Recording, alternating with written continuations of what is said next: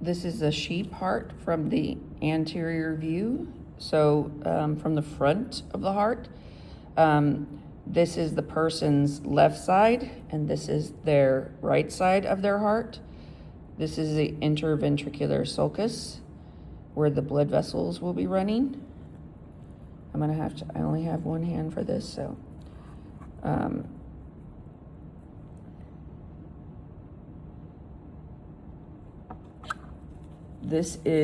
Notice that this wall is thicker than this wall. And so whenever you're taking an exam, make sure, because you could be looking at the front of the heart or at the back of the heart. So first find the thickest wall, and then you know that it's the left side. That's your left ventricle. And this is your right ventricle that is much thinner. Same over here. So this is your left ventricle, and this is your right ventricle that's smaller. So depending on which one you're looking at. So if you're on your left ventricle, then you know that this is the bicuspid valve right here. And this is your chordae tendineae. This is your papillary muscle. And then above this will be your left atria.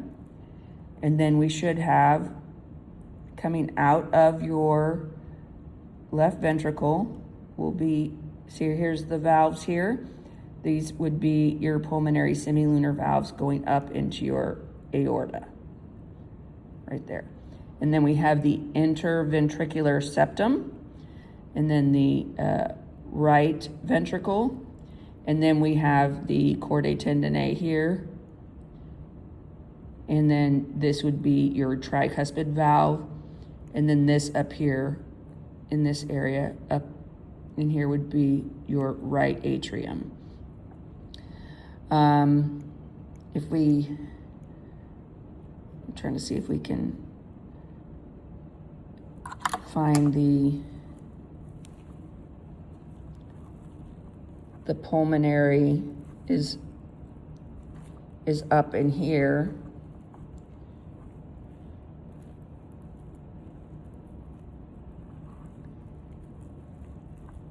The aortic was, but I'm putting my finger into the pulmonary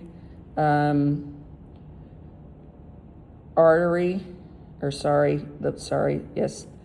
the pulmonary trunk, which is an artery flowing away from the heart. So this is my right ventricle, which pumps out through this pulmonary artery, and there would be a pulmonary semilunar valve in there, which you can't see from this. So if you want to try to pause and look at the heart, you can try to see if you can figure out all the things that you can see, and keep in mind which vessels lead into which of the chambers. That's helpful.